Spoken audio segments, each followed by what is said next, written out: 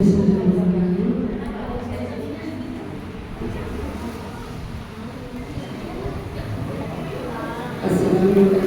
warahmatullahi wabarakatuh. Assalatu wassalamu ala sayyidina Muhammadin abdihi wa ala alihi wa sahbihi ajma'in. Pertama-tama mari kita panjatkan puji syukur kehadirat Allah Subhanahu wa taala atas ribuan nikmat yang diberikan kepada kita, sehingga kita bisa dapat berkumpul di majelis ini dengan kuasanya. Kita bisa melaksanakan kegiatan rutinitas kita, yaitu pengajian bulanan Baitur Rahman. Salawat dan salam semoga selalu terlimpahkan pada Nabi Muhammad SAW, keluarganya, sahabatnya, dan semoga di hari akhir nanti kita semua mendapatkan syafaatnya. Baik ibu-ibu,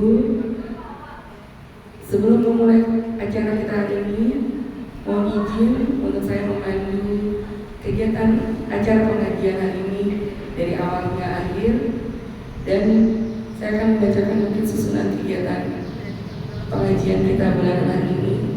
Yang pertama yaitu pembukaan, yang kedua adalah pembacaan ayat suci Al-Quran surat Al-Maidah ayat 35 sampai dengan 37, dilanjutkan dengan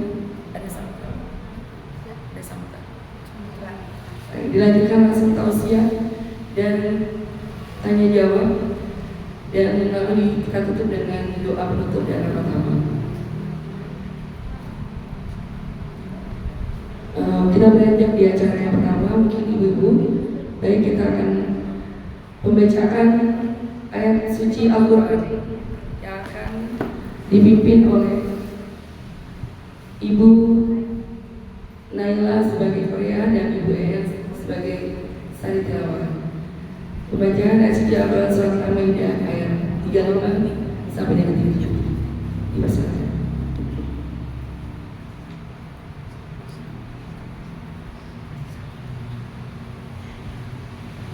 أعوذ بالله من الشيطان الرجيم. بسم الله الرحمن الرحيم. يا أيها الذين آمنوا اتقوا الله وابتغوا إليه الوسيلة وجاهدوا في سبيله لعلكم تفلحون. إن الذين كفروا لو أن لهم ما في الأرض جميعا ومثله معه ليفتدوا به من عذاب يوم القيامة ما تقبل منهم ولهم عذاب عليم. صدق الله العظيم. Aku berlindung kepada Allah dari godaan syaitan dengan menyebut nama Allah dan mengakuasi tentang Allah. Wahai orang-orang yang beriman, bertakwalah kepada Allah dan carilah wasilah jalan untuk mendekatkan diri kepadanya, dan berjihadlah, berjuanglah di jalan agar kami beriman. Sesungguhnya orang-orang yang kafir, seandainya mereka memiliki segala apa yang ada di dunia dan ditambah dengan sebanyak itu lagi untuk menembus diri mereka dari azab pada hari kiamat, niscaya semua usaha tidak akan diterima dari mereka. Mereka tetap mendapat azab yang pasti. Mereka ingin keluar dari neraka, tetapi tidak dapat keluar dari sana, dan mereka mendapat azab yang nyata. Maha benar Allah dengan segala kebenaran.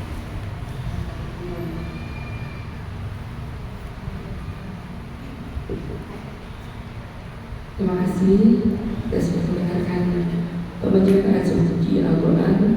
Mudah-mudahan kita akan mendapatkan keberkahan dari Allah Subhanahu wa Ta'ala. Baik, mari kita melangkah ke acara selanjutnya. Marilah kita bersama-sama mendengarkan tausiah agama yang akan disampaikan oleh Bapak Ustaz Indianto Faisal. Kepadanya dipersilakan. Bismillahirrahmanirrahim. Assalamualaikum warahmatullahi wabarakatuh. Alhamdulillah, wassalatu wassalamu ala Rasulillah wa ala alihi wa sahbihi wa la hawla wa la quwwata illa billahi al-aliyyil azim. Asyhadu an la ilaha illallah wahdahu la syarika lah wa asyhadu anna Muhammadan abduhu wa rasuluh la nabiyya wa la rasula ba'da, amma ba'd. Ibu-ibu sekalian, semoga kita semua sehat walafiat. Semoga kita diberikan keberkahan dunia akhirat, dan semoga kita selalu dibimbing untuk taat, dan mudah-mudahan dengan itu kita hidup dalam keberkahan selamanya. Amin ya rabbal alamin. Salam salawat buat kita dan buat pembesar kita Nabi Muhammad sallallahu alaihi wasallam. Allahumma shalli ala Muhammad wa ala ali Muhammad. Ayat yang dibacakan oleh qari'ah kita tadi dalam surah Al-Maidah ayat 35 itu memberikan isyarat kepada kita agar memanfaatkan momen-momen yang Allah berikan untuk mendekat kepada-Nya. Ya ayyuhalladzina amanu taqullaha wabtaghu ilaihi wasilah. Hai orang-orang yang beriman, ittaqullah, bertakwalah kepada Allah, wabtaghu ilaihi wasilah, carilah jalan-jalan wasilah. Wasilah itu dari bahasa tawassul. Tawassul itu adalah wasilah, ya. Tawassul itu apa namanya? Wasilah. Tawasalna bismillah wa bil hadi rasulillah. Itu namanya wasilah. Namanya apa? Wasilah. Baik. Ayat itu dimulai dengan 3 pernyataan yang luar biasa. Nanti kita kaitkan dengan tema kita, bulan Sya'ban, bulan taat untuk menghadapi bulan suci Ramadan. Yang pertama adalah ya ayyuhalladzina amanu. Hai orang-orang yang beriman. Ibu-ibu, di dalam Al-Qur'an itu tatkala Allah memanggil sebuah kelompok, panggilan itu beraneka ragam. Kadang-kadang Allah memanggil ya ayyuhan nas. Kalau kita menemukan dalam Quran ya ayyuhan nas, maka itu panggilan bersifat universal, umum, baik yang beriman ataupun yang tidak beriman. Itu an-nas namanya, ya kan? Nah, yang kedua, kalau kita menemukan dalam Quran ya ayyuhalladzina amanu, itu terkhusus kitabnya, orientasi perintahnya kepada orang yang beriman.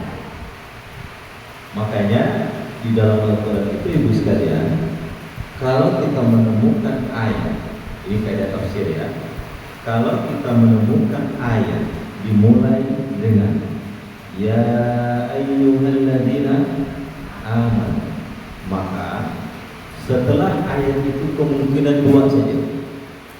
Kalau bukan perintah, larangan. Itu kaidah tafsir.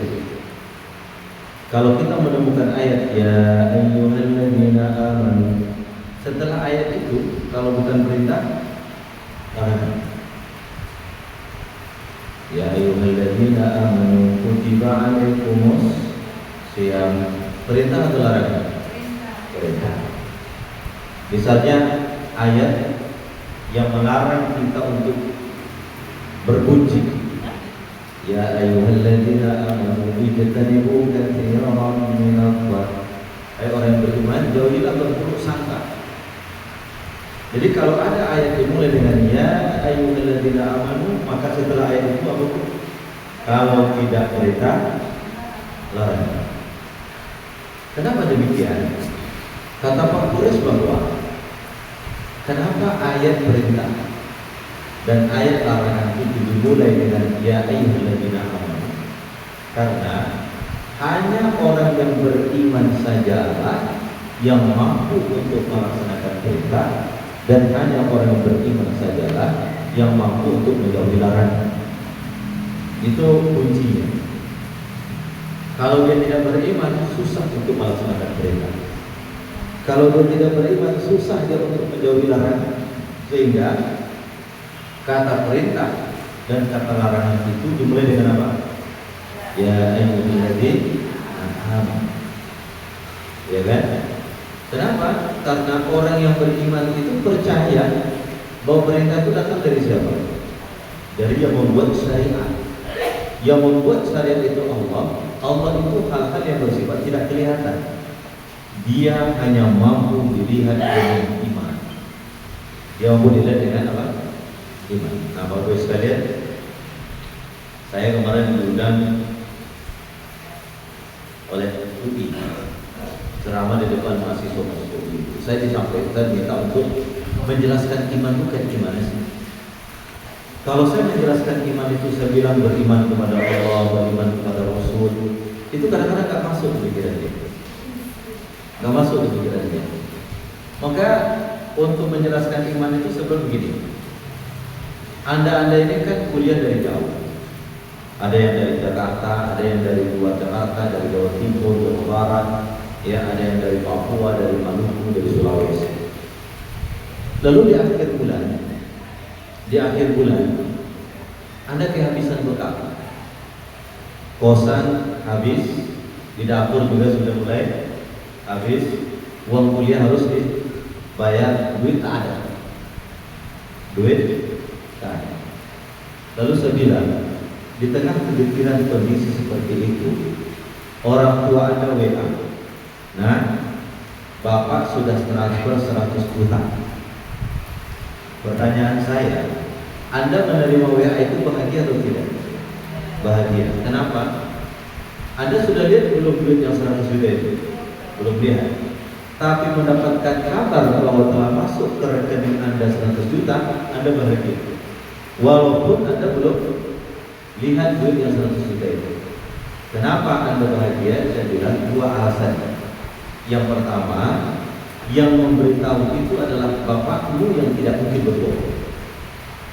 Yang kedua, duit itu masuk ke rekeningmu. Andaikan duit itu masuk ke rekening temanmu, kau tidak akan bahagia. Karena masuk ke rekeningmu, maka kamu bisa menggunakan duit itu kapan saja. Karena masuknya kemana? Ke rekening kamu. Orang yang beriman, Pak, begitu juga. Orang beriman itu misalnya Nabi mengatakan, raka'atul fajr khairun minad dunya wa ma fiha. 2 rakaat salat sebelum subuh itu lebih baik daripada dunia dan seluruh isinya. Ibu melaksanakan 2 rakaat sebelum subuh, itu rekening pertama atau tidak? Langsung bertambah 500 triliun? Enggak kan? Padahal Nabi mengatakan bahwa sholat sunnah 2 rakaat sebelum subuh itu atau sholat sunnah fajar pahalanya lebih baik daripada dunia dan seluruh isi. Kita belum lihat itu pahalanya, tapi karena yang ngomong itu Nabi, ya, yang ngomong itu Nabi, kita walaupun belum lihat kita percaya itu. Itulah iman. Itulah apa?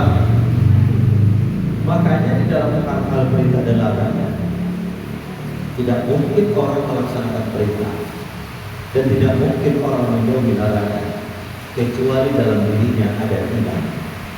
Iman itu dalam bahasa tasawuf disebut dengan hal-hal yang bersifat transenden. Yang bersifat apa? Transenden. Apa itu transenden?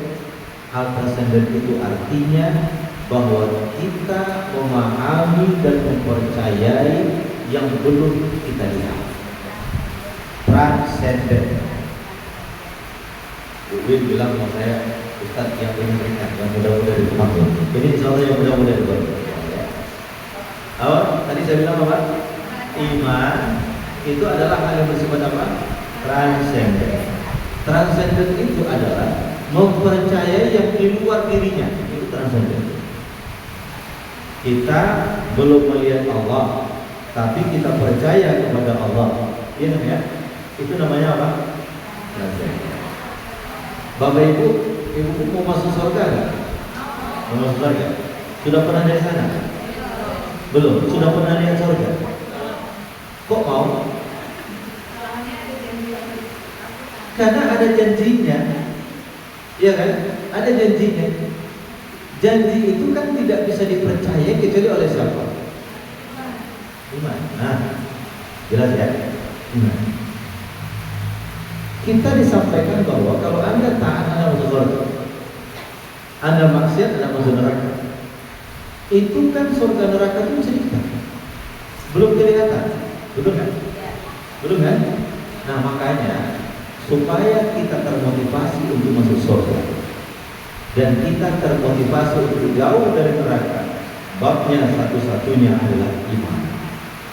Adalah apa? Makanya ayat yang dibaca oleh qari'ah kita tadi, ya ayyuhalladzina hai orang-orang yang kedua, ittaqullah. Baru iman itu mengarahkan orang untuk taat kepada Allah. Untuk taat kepada Allah. Sebab iman tanpa amal soleh tidak ada gunanya. Amal soleh tanpa iman pun tidak ada gunanya. Ini Bapak Ibu catat ya. Iman tanpa amal soleh enggak ada gunanya. Amal soleh tanpa iman never, enggak ada gunanya. Ya kan? Orang beriman, saya beriman sama Allah, tapi tidak sholat, tidak puasa, tidak ngaji, ada gunanya enggak kelihatan iman? Atau dia bantu anak yatim, dia bantu orang miskin, dia bangun pondok pesantren, dibangun panti asuhan, dia bangun masjid 70 lantai. 70 lantai. Tapi nggak ada imannya. Kira-kira manfaat nggak perbuatan amal soleh? Kalau dia mati dengan tidak beramal, tidak iman, maka seluruh apapun yang dia lakukan zero, nilainya nol di hadapan Allah Subhanahu wa Ta'ala. Maka Al-Quran menjelaskan sebelum bertakwa itu apa yang pertama? Ya ayyuhalladzina orang yang beriman, ittaqullah. Takwalah kepada Allah. Nah, baru selanjutnya dikatakan wabtaghu ilaihi wasilah, carilah jalan-jalan taat kepada Tuhan. Atau carilah jalan yang kalau kamu lakukan kamu bisa mendekat kepada Tuhan. Itu namanya tawassul. Namanya apa? Tawassul. Kalau saya ditanya, tawassul itu boleh nggak Ustaz? Diwajibkan tawassul. Kenapa? Tawassul itu adalah cara untuk mendekat kepada Allah dengan amal-amal soleh. Nah, Bapak sekalian, sekarang kita berada pada bulan Sya'ban. Bulan Sya'ban ini adalah bulan transisi antara Rajab dan Ramadan. Karena kata Nabi SAW, ada 3 bulan yang berurutan.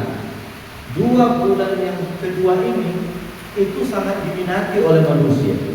Ada 1 bulan yang dilalaikan. Bulan Rajab, kenapa dimuliakan? Yang pertama, bulan itu adalah perintah sholat. Dan di bulan itu ada suatu peristiwa besar, namanya Isra dan Mi'raj. 1 bulan berikutnya, bukan setelah Rajab, setelah itu di antara bulan itu ada bulan Sya'ban. Setelah itu ada bulan apa? Ramadan. Bulan Rajab adalah bulan Isra, Mi'raj dan sholat. Sementara bulan Ramadan adalah bulan apa? Bulan puasa. 2 bulan ini 2 bulan yang luar biasa. Di tengah-tengahnya ada bulan apa? Bulan Sya'ban. Bulan Sya'ban ini bulan yang banyak dilupakan oleh manusia. Makanya Nabi mengatakan, maka kita disunahkan untuk mencari jalan taat di bulan Sya'ban dengan mendekat kepada Allah dengan amalan-amalan apa? Paling tidak ada 5 amalan bulan Sya'ban ini yang bisa kita lakukan untuk menjalani spiritual masuk bulan Ramadan. Ada 5. Berapa Bu? 5. Yang pertama, bulan Sya'ban ini adalah bulan sebelum masuk ke situ. Bapak Ibu sekalian, tahu nggak apa artinya Sya'ban? Tahu nggak artinya Sya'ban itu? Sya'ban maknanya itu adalah sya'bun. Sya'bun itu adalah berkelompok-kelompok. Kenapa Sya'ban dikatakan berkelompok-kelompok? Bapak Ibu sekalian, orang Arab dulu memberikan nama bulan itu sesuai dengan kondisi cuaca pada waktu itu. Setelah bulan Sya'ban, bulan apa tadi? Bulan Ramadan. Bulan Ramadan itu bulan panas. Bulan panas. Sehingga saking panasnya mereka menyebutnya dengan Ramadan. Apa? Ramadan. Jadi Ramadan itu panas, membakar. Nah, orang Arab dulu sebelum masuknya bulan Ramadan, bulan panas, mereka itu berkelompok-kelompok.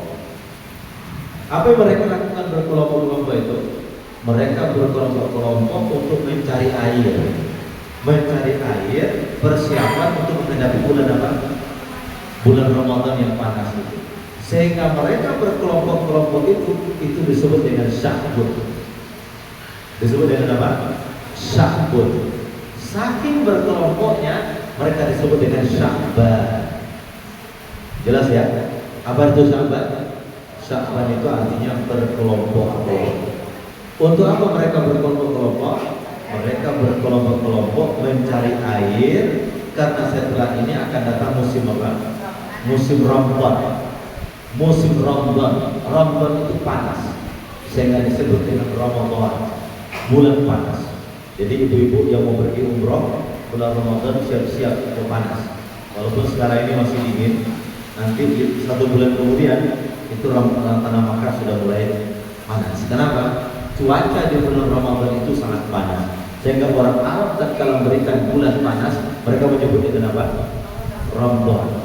Saking panasnya jadi apa? Ramadan. Dalam bahasa Arab Bu, sesuatu kata kalau ditambah alif dan nun itu mengindikasikan sangat. Rahim itu penyayang, Rahman paling penyayang. Ini mesin apa?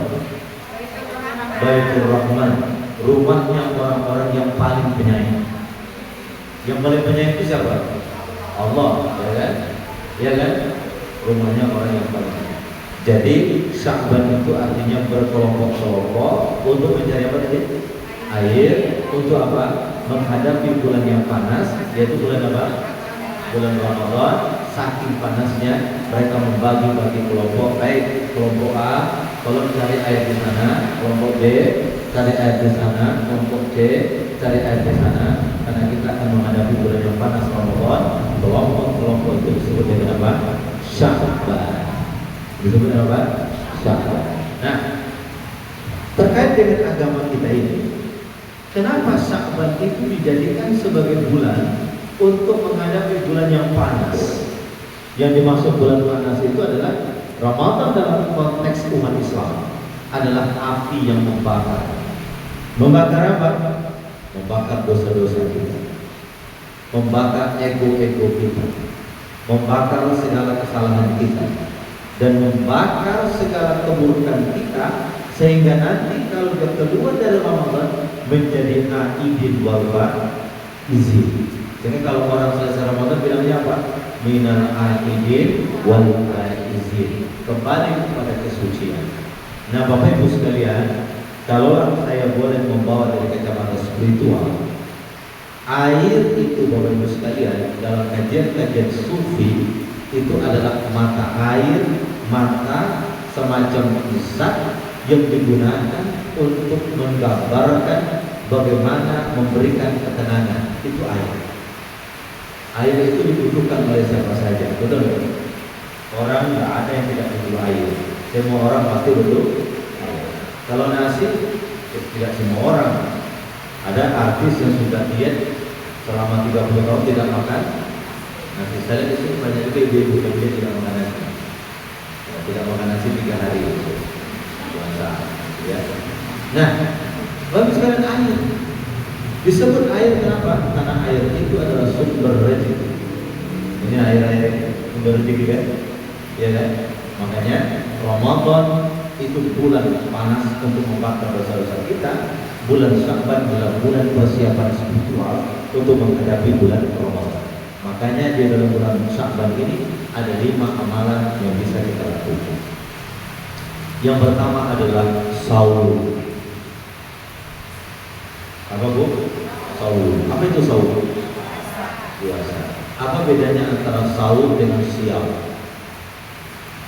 Bedanya apa? Nah, Bapak Ibu sekalian, kalau Al-Quran menyebut kata siam, Ibu biasanya bilang apa? Kalau lagi puasa diajak makan sama teman, lagi saum atau lagi siam? Saya lagi saum kan? Nah, yang benar saum atau siam? Tunggu dulu ya. Oke ya. Bedanya di mana antara saum dan siam itu? Bu, Pak, kalian, kalau Al-Quran menyebut kata siam, yang dimaksud adalah berpuasa dalam konteks syariat, itu siam. Berpuasa dalam konteks apa? Syariat, itu siam. Puasa Daud, puasa Senin Kamis, puasa Ramadan, itu disebut dengan apa? Siam. Kalau digunakan kata saum, itu bisa dua. Bisa maknanya puasa dalam konteks syariat, bisa juga puasa dari hal-hal yang selama ini ibu lakukan, lalu ibu tahan untuk tidak lakukan, itu juga disebut dengan saum. Jelas ya? Misalnya setiap hari Senin shopping ke mana? Mall Ciputra. Kebiasaan ibu begitu, setiap Senin shopping. Sekarang ibu berhenti untuk shopping. Lalu ada teman ngajak, yuk shopping lagi yuk. Ibu bisa mengatakan, saya lagi saum untuk shopping. Ya, itu namanya apa? Saum. Saum itu menahan diri dari hal yang bersifat syariat, atau juga menahan diri dari hal yang di luar syariat yang menjadi kebiasaan kita selama ini. Itu disebut dengan apa? Saum. Jadi mana yang lebih luas, saum atau siam? Alhamdulillah. Kalau ibu bilang siam, itu hanya satu konteksnya, apa? Ibadah. Tapi kalau ibu bilang saum, itu bisa ibadah, bisa juga ya lain. Kata saum itulah yang pernah digunakan oleh ibunya Isa. Siapa namanya ibunya Isa itu? Maryam. Maryam itu seorang wanita baik-baik. Dia hamil, tidak ada suami. Apa kata orang? Kalau ada orang baik hamil tidak ada suaminya, tertekan ya kira-kira? Tertekan. Apa kata orang? Ya Maryam, bapakmu bukan pelacur, ibumu juga bukan orang jahat. Kenapa engkau bisa hamil tidak ada suami? Saking itu didengar tiap hari, Allah perintahkan kepada Maryam, Maryam, kalau ada orang bertanya lagi untuk itu, kamu diam saja. Kamu apa? Diam saja. Begitu ada orang berkata kepada Maryam, Maryam, itu ayam hamil itu siapa bapaknya? Apa kata dia? Inni nadartu lirrahmani sauman falan ukallima al-yawma insiya. Dalam surat Maryam, saya bernazar untuk saya bernazar untuk puasa. Dia menggunakan kata saum atau kata siam? Kata saum. Apa nazarnya? Nazar untuk tidak berbicara. Jadi saumnya adalah apa? Menahan diri untuk tidak berbicara. Makanya di bulan Sya'ban ini kita dianjurkan untuk saum. Untuk apa? Saum. Saum dalam konteks puasa sunnah Nabi Muhammad SAW itu pada bulan Sya'ban adalah bulan yang paling banyak puasa sunnahnya dibandingkan bulan-bulan yang lain. Kenapa? Karena ini adalah bulan yang disebut dengan tawassul tadi. Ya ayyuhalladzina amanu ittaqullaha wabtaghu ilaihi wasilah. Kemudian saum, menahan diri dari hal-hal yang buruk supaya apa? Nanti bulan Ramadan terbiasa. Ya kan? Ibu, kalau ada atlet tidak latihan, tiba-tiba masuk ring, kira-kira enjoy? Enjoy ya? Gak pernah latihan, gak pernah lari, gak pernah apa, tiba-tiba langsung bertanding, enjoy nggak? Langsung KO. Tapi kalau dia latihan dulu, lari-lari dulu keliling lapangan, baru masuk pertandingan, kira-kira ada kesiapan. Nah, bulan Sya'ban ini sauman. Dari apa? Menahan diri untuk ngomong yang tidak baik, menahan diri untuk melakukan hal-hal yang tidak diridhai Allah, supaya apa? Nanti bulan Ramadan ringan untuk melaksanakan itu. Kenapa? Sudah dimulai dengan saum. Dimulai dengan apa? Saum. Saum dari yang buruk-buruk, saum dari bicara yang tidak baik, saum dari menggunjingkan orang, saum dari hal-hal yang dilarang oleh agama. Supaya apa? Begitu nanti masuk Ramadan ada istiadat, kesiapan batin untuk menghadapi itu. Inilah dalam kajian tentang tasawuf disebut dengan riyadhah. Apa namanya? Riyadhah. Riyadhah itu latihan. Riyadhah itu apa? Latihan. Bahasa Arabnya matematika itu Pak, bu riyadhiyah. Bahasa Arabnya matematika itu apa? Jadi kalau bahasa Arabnya matematika, itu bahasa Arabnya adalah riyadhiyah. Kenapa matematika disebut riyadhiyah? Karena dia butuh latihan untuk memahami. Ya, orang kalau matematika kan butuh latihan ya, butuh kecakapan, melihat, memahami, menganalisa. Itulah matematika. Jadi orang-orang yang matematika itu orang-orang yang biasa untuk menganalisa dalam. Jadi di bulan Sya'ban ini adalah bulan yang dianjurkan kita untuk saum. Bukan hanya siang, tapi apa? Saum. Apa makna saum tadi itu? Bisa dua, bisa syariat, bisa non syariat. Kebiasaan-kebiasaan buruk yang selalu kita lakukan, saum, hentikan. Supaya apa? Ada kesiapan batin untuk menyambut bulan suci Ramadan. Laksanakan, insya Allah waktu kita masih ada. Ya, kalau tidak ada halangan, mudah-mudahan Ramadan kita sama tanggal 1 Maret. Kalau Ramadan 1 Maret artinya apa? Tanggal 28 Februari kita sudah melaksanakan tarawih, gitu ya. Maka masih ada waktu. Sekarang tanggal berapa? 16. Masih ada setengah 14 hari lagi. Tapi kalau sudah mendekati 1 hari menjelang Ramadan, diharamkan puasa. Kenapa? Itu adalah yaumun syak, hari yang diragukan. Siapa tahu hari itu sudah masuk bulan Sya'ban, bulan Ramadan. Kita masih puasa sunnah. Makanya tanggal 28 itu jangan puasa lagi. Kenapa? Itu hari syak namanya, hari diragukan. Makanya Kementerian Agama itu melaksanakan sidang isbat tanggal 28 untuk melihat bulan, ya kan? Kalau bulannya ketahuan besok malamnya, maka besoknya sudah 1 Ramadan. Kalau tidak, maka disempurnakan bilangan Sya'ban itu 30 hari. Ini yang pertama. Yang kedua, ini kata Profesor Ali Jum'ah, bukan kata saya ya. 5 ini adalah nasihat dari Profesor Dr. Ali Jum'ah. Beliau ini adalah seorang mufti Mesir, ulama besar di tanah Mesir sana. Beliau mengatakan ada 5 amalan yang kita laksanakan bulan Sya'ban, istiadat di Ramadan, prepare untuk menghadapi bulan Ramadan. Yang kedua adalah qiraatul Quran. Apa itu qiraatul Quran? Membaca Al-Quran. Ibu-ibu, saya sering bilang nggak usah banyak-banyak baca Quran. Kalau ibu konsisten aja, 1 ayat setelah selesai sholat, itu insya Allah 1 bulan sudah sampai 150 ayat, ya, 1 juz.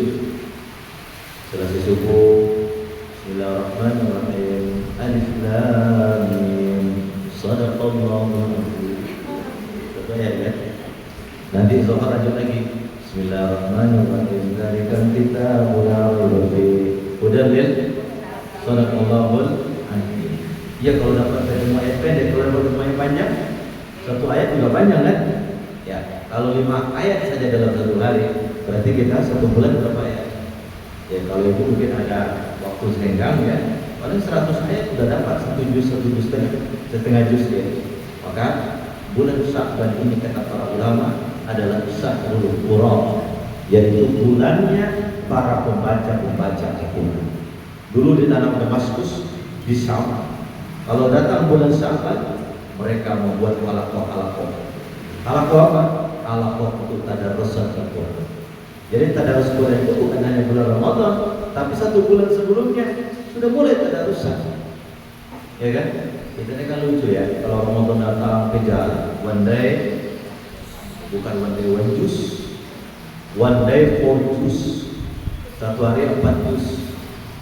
Pagi juz tomat, siang juz 4 juz ya.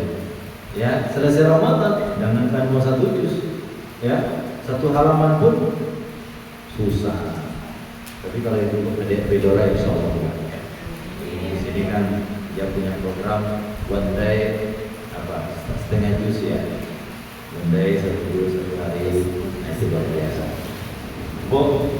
Sekalian ini Quran ya. Kata para ulama begini, ini rahasia kita ya. Jangan bilang-bilang sama yang lain. Ini mahal ya. Kalau ingin berkomunikasi dengan Allah itu 2 cara. Kalau ingin berkomunikasi dengan Allah berapa caranya? Kalau ibu ingin Allah yang berkomunikasi dengan ibu, Allah berkomunikasi dengan ibu, bacalah Al-Quran. Kalau ibu ingin ibu yang berkomunikasi dengan Allah, berdoa. Nah, jelas bedanya kan? Kalau doa itu apa? Kita yang berkomunikasi dengan Allah. Kalau baca Quran, Allah yang berkomunikasi dengan kita. Masya Allah. Kalau ibu sering berdoa, itu artinya ibu sering mengajak Allah berkomunikasi. Ya Allah, bantulah aku. Berarti ibu mengajak Allah berkomunikasi.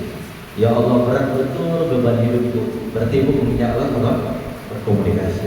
Ya Allah, rasa-rasanya enggak tenang hatiku melihat orang rumah ya. Maka minta Allah, ya kan? Maka itu namanya Allah mengajak Allah berkomunikasi. Tapi kalau ibu baca Quran, bukan ibu yang mengajak komunikasi Allah, Allah yang berkomunikasi dengan kita. Kenapa? Di saat kita meragukan akan kebesaran Allah, bahwa kadang-kadang kita ini menghadapi hal-hal yang di luar kenyataan. Betul, yang di luar keinginan. Karena dalam hidup ini banyak yang terjadi yang tidak kita inginkan. Dan bahkan yang terjadi itu adalah yang tidak kita banyak yang terjadi itu yang di luar keinginan kita. Dan banyak yang kita inginkan tidak terjadi. Maka di saat itu kita Allah mengatakan kepada kita, ya Allah mengatakan dalam Quran, ya ayyuhalladzina amanu ista'inu bis-sabri was-shalah. Minta tolong kepada Allah dengan sabar dan salat. Begitu kita baca Quran, Allah langsung ketuk kita, kalau kau punya masalah, sabar dan salat. Sabar dan di saat hati kita lagi galau, lagi kacau segala macam, Al-Quran langsung bilang, ala bizikrillahi tatma'innul qulub. Ketahuilah dengan mengingat Allah hatimu tenang. Itu apa? Begitu kita baca Quran, Allah langsung mendidik kita. Begitu kita baca Quran, Allah langsung memberikan informasi kepada kita. Makanya jalur komunikasi dengan Allah kedua, yang pertama adalah doa, yang kedua adalah baca Quran. Bedanya di mana, Bu? Kalau doa kita yang komunikasi dengan Allah. Kalau baca Quran, Allah yang berkomunikasi dengan kita. Mana yang lebih enak? Kita mengajak Allah bicara atau Allah mengajak kita bicara? Dua-duanya enak, ya kan? Dua-duanya bagus. Kalau ibu kirim surat undangan ke Pak Camat, Pak, saya ingin bicara dengan Bapak. Dengan Pak Camat kirim undangan sama ibu, Bu, saya ingin bicara dengan ibu. Kira-kira mana yang lebih luar biasa? Hah? Hah? Kalau misalnya ibu berkirim surat ke presiden, Bu Pak Prabowo, saya ingin bicara dengan Bapak. Dan kemudian presiden yang berkirim surat dengan ibu, Bu Win, saya ingin bicara dengan ibu.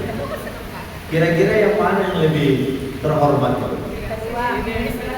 Ya, kalau dua-duanya dikabulkan hebat banget, ya kan?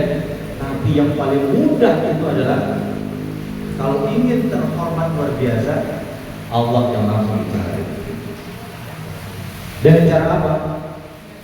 Baca Quran. Makanya Bapak Ibu sekalian, dalam kajian tasawuf, Quran itu dua fungsi. Yang pertama, Al-Quran itu sebagai undangan.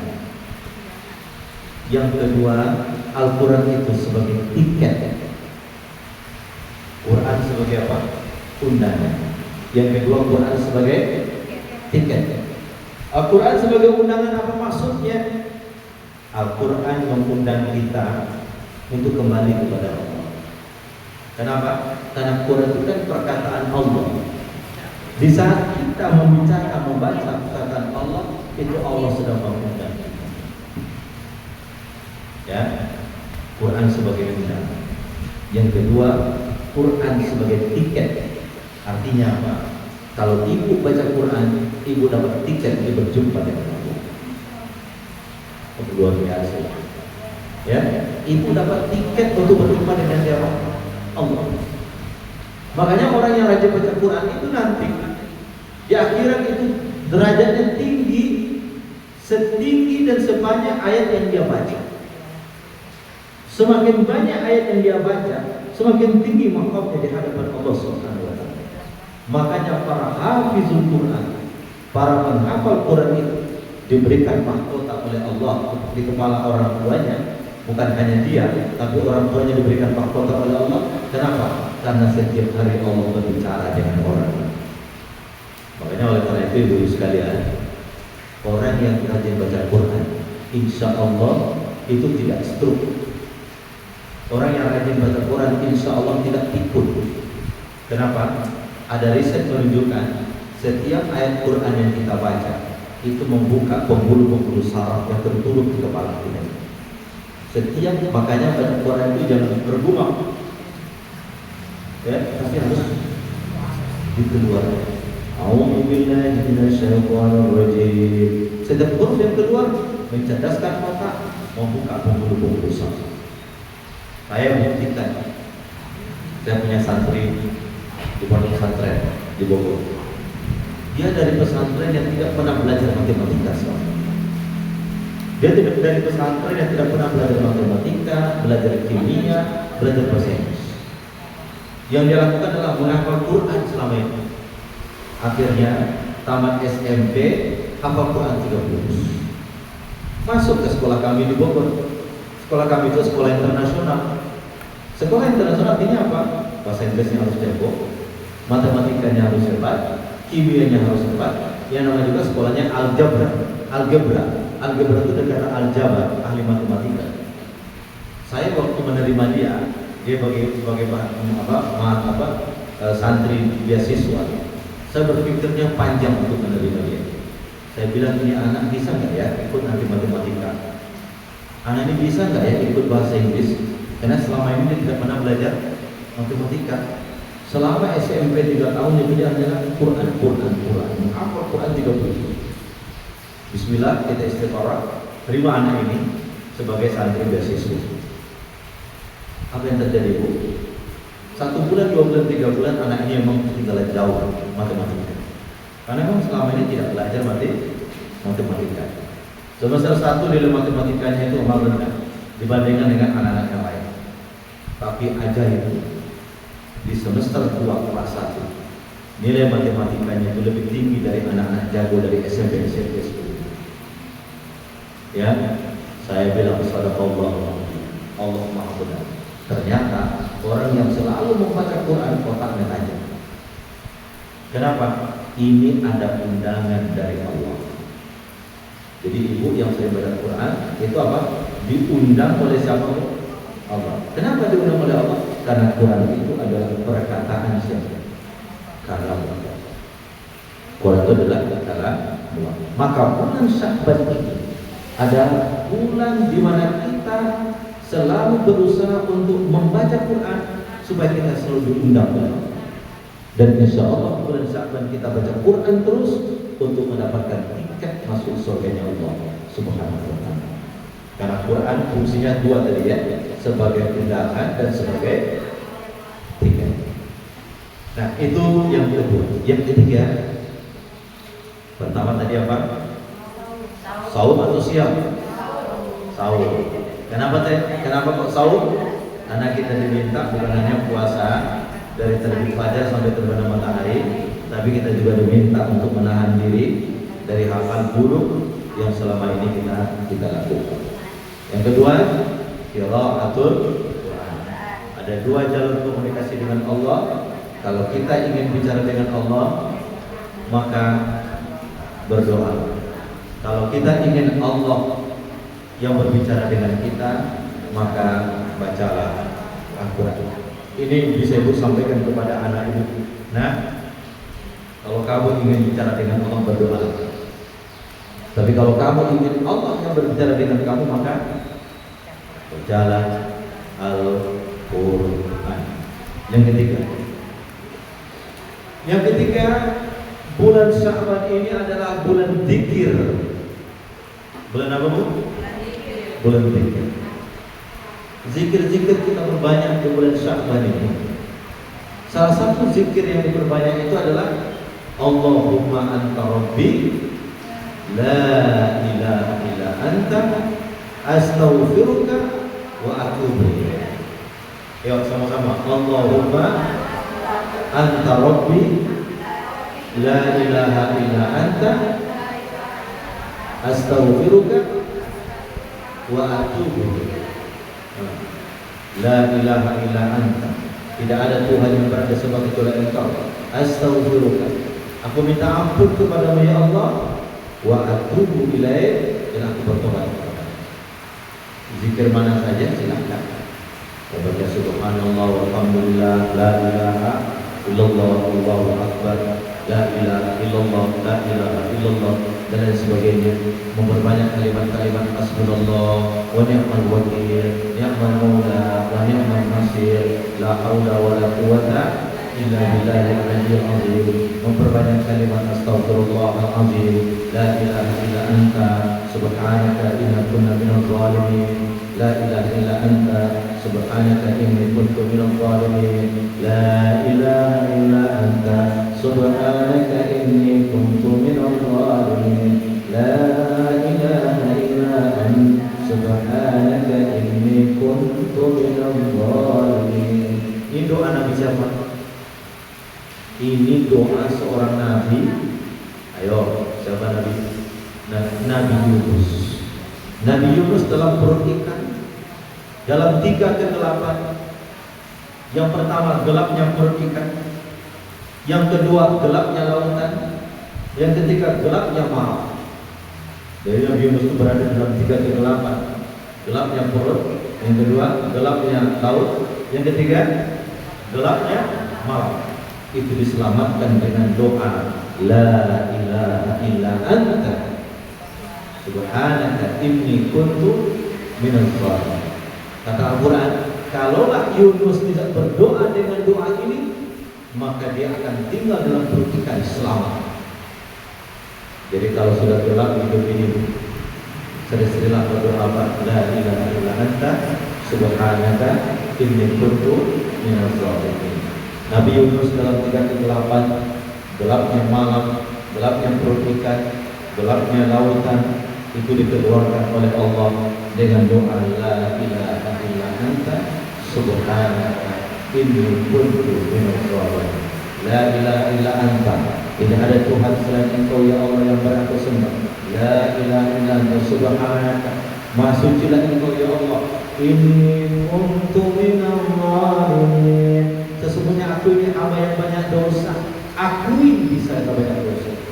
Maka di saat kita mengakui kita banyak dosa, mudah-mudahan kegelapan demi kegelapan itu Allah buka. Orang ini kan bermasalah kan tidak mengakui kesalahannya kan. Saya kemarin khotbah Jumat di KPK. Menjelang khotbah saya dibisik oleh pegawai KPK. Ustaz, ini khotbah ini itu didengar oleh para narapidana dan korupsi. Para koruptor itu disolatnya di bawah, di bawahnya ada penjara.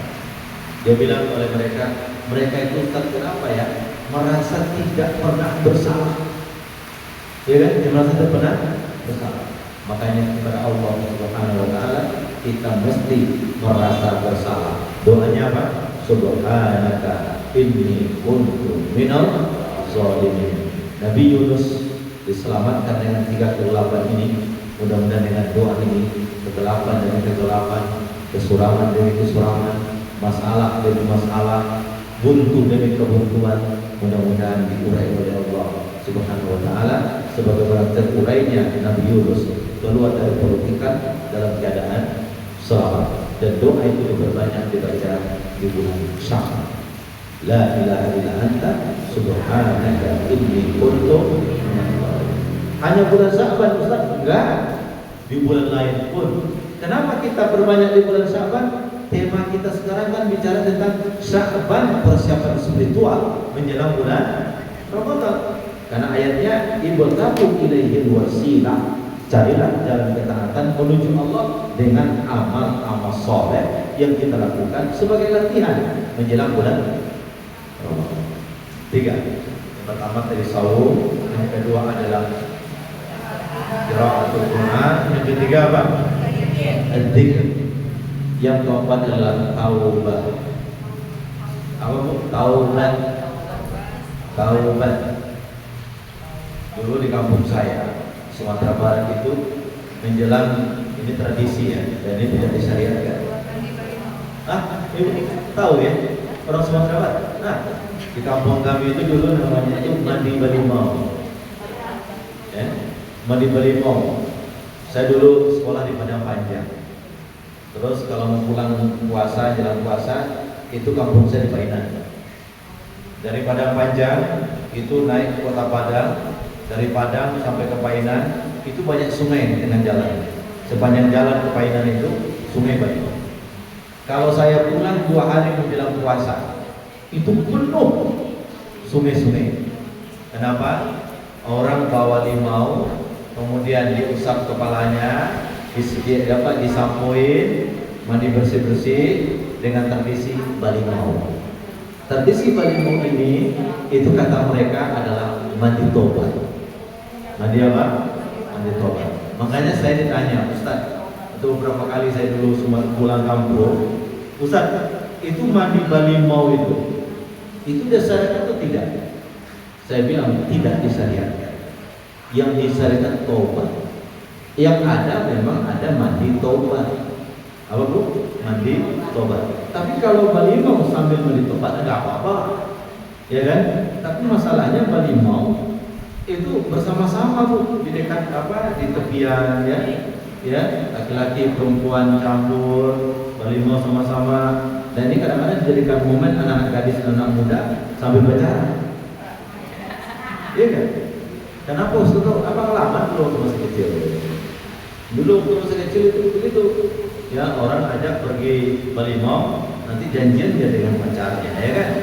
Jadi mandi balimau yang harusnya tobat tambah dosa. Ya kan? Harusnya tobat, jangan bikin dosa lagi. Ya kan? Jadi tobat.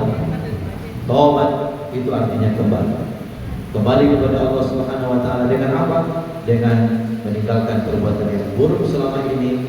Maka di dalam Islam itulah yang disebut dengan takhalli. Apa Bu? Ayo. Takhalli. Di dalam istilah Islam itu ada 3. Yang pertama takhalli.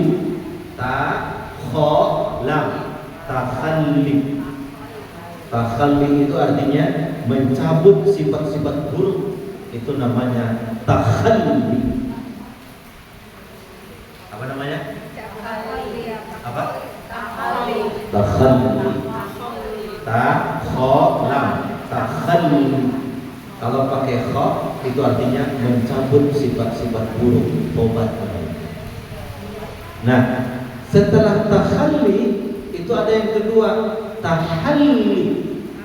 Kalau yang pertama kha, yang kedua ha. Tahalli. Yang pertama apa Bu? Kha, tahalli. Yang kedua adalah tahalli. Pakai ha. Tahalli. Ha. Yang pertama kha, tahalli. Yang kedua apa? Ha. Tahalli. Apa itu tahalli? Menghiasi diri dengan perbuatan-perbuatan baik. Itu namanya tahalli. Kalau yang pertama tadi apa? Mencabut perbuatan buruk. Namanya apa Bu? Tahalli.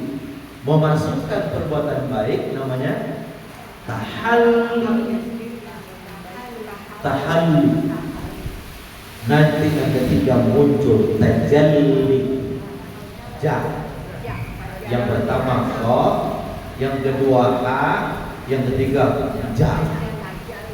Tajalli. Kalau tajalli itu artinya nampak bersinar kebaikan-kebaikan dalam diri.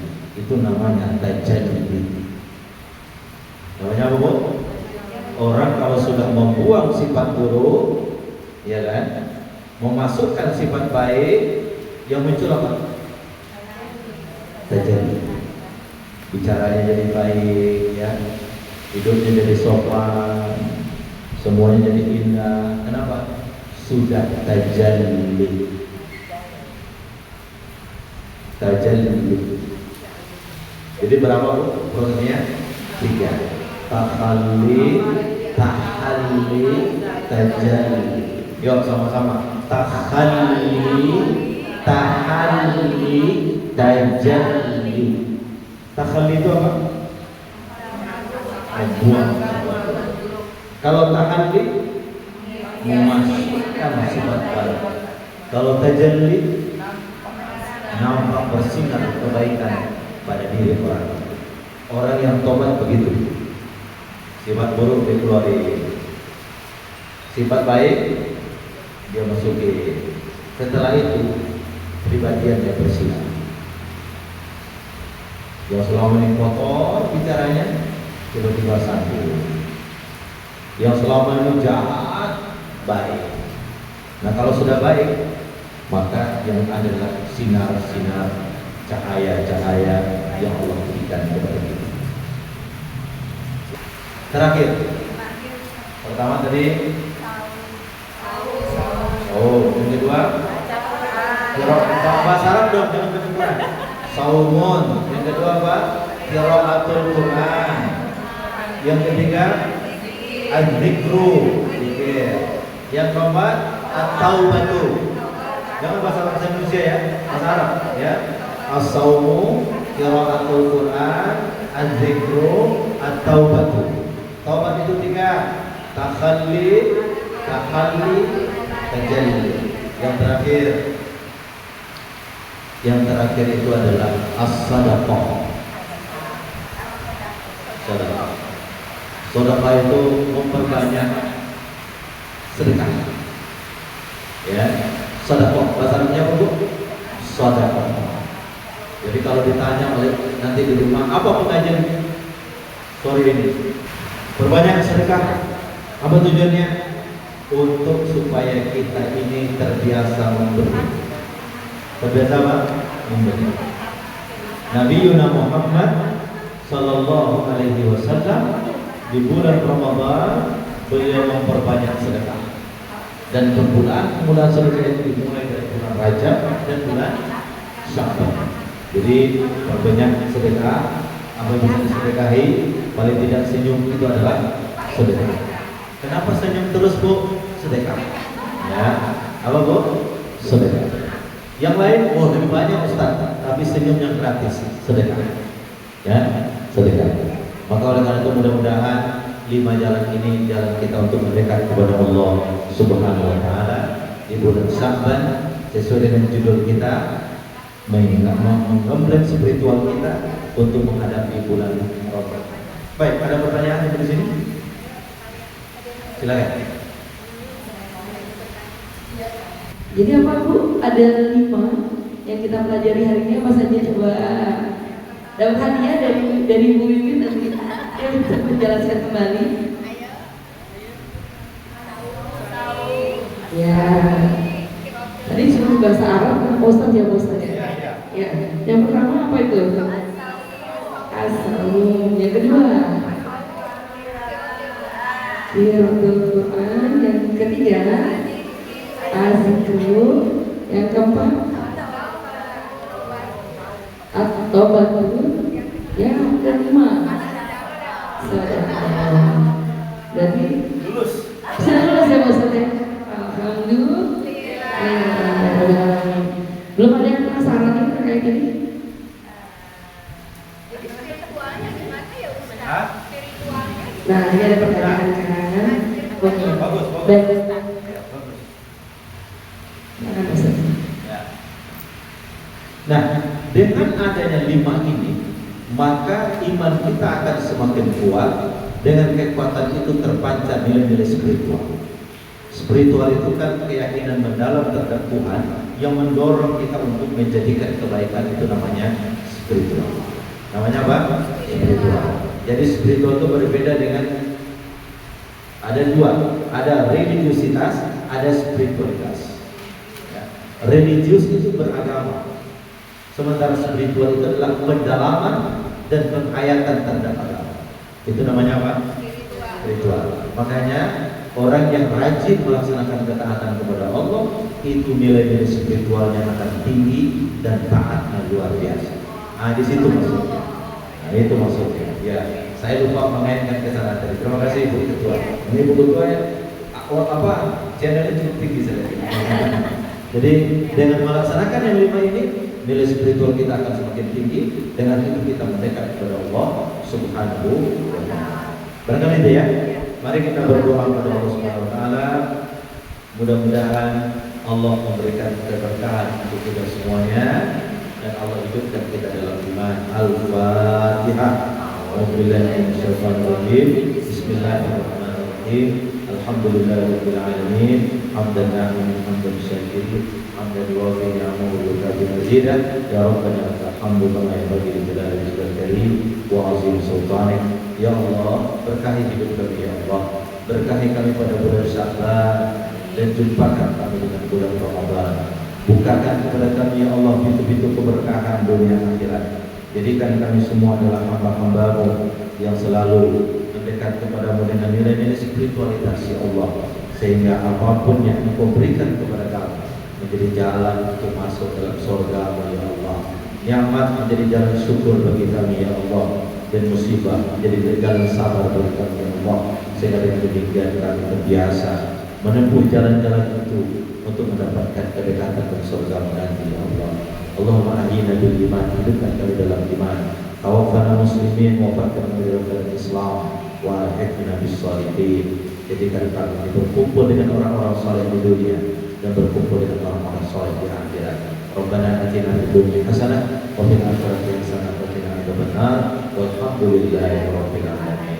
Terima kasih. Wassalamualaikum warahmatullahi wabarakatuh. Alhamdulillah. Terima kasih Pak Ustaz Idarto Faisal untuk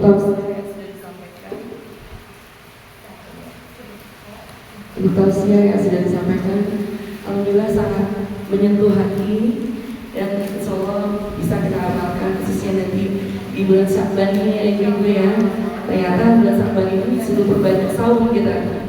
Kirain kalau udah di Sya'ban udah selesai gitu saumnya. Ternyata semakin banyak Ustaz ya. Nah itu terkadang masih banyak di masyarakat mungkin bulan Sya'ban sudah nggak boleh puasa gitu. Nah alhamdulillah dengan penyerahan ini dan sudah menyentuh hati ibu semua ya Masya Allah, dan semoga dapat kita amalkan dan kita mendapat barokahnya dan pengajian ini. Kita tutup pengajian bulanan kita.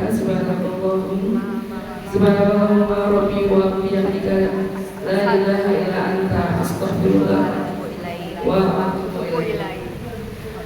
Masjid kau ya Allah, kau ya Rabbiku, dan dengan mujimu tiadalah Engkau, aku memohon ampun kepadamu dan bertaubat kepadamu. Alhamdulillahirrahmanirrahim. Selesai sudah acara pengajian bulan kita hari ini. Saya sebagai MC kaget ya, mewakili memohon maaf apabila ada kata-kata yang tidak berkenan atau salah.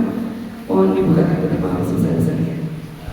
Terima kasih untuk Pak Ustadz yang sudah menyediakan waktu yang akan berangkat umroh. Mohon doanya kepada kami semua di sini, mungkin bisa disebut ya pengajian dari pengajian Baitur Rahman supaya bisa berangkat bersama-sama mungkin ya kita ke sana ke Baitullah dan mudah-mudahan dapat berkahnya juga.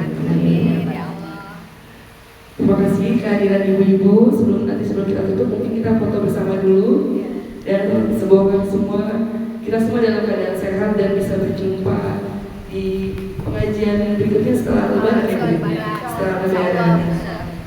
Wabillahi taufiq wal hidayah. Wassalamualaikum warahmatullahi wabarakatuh.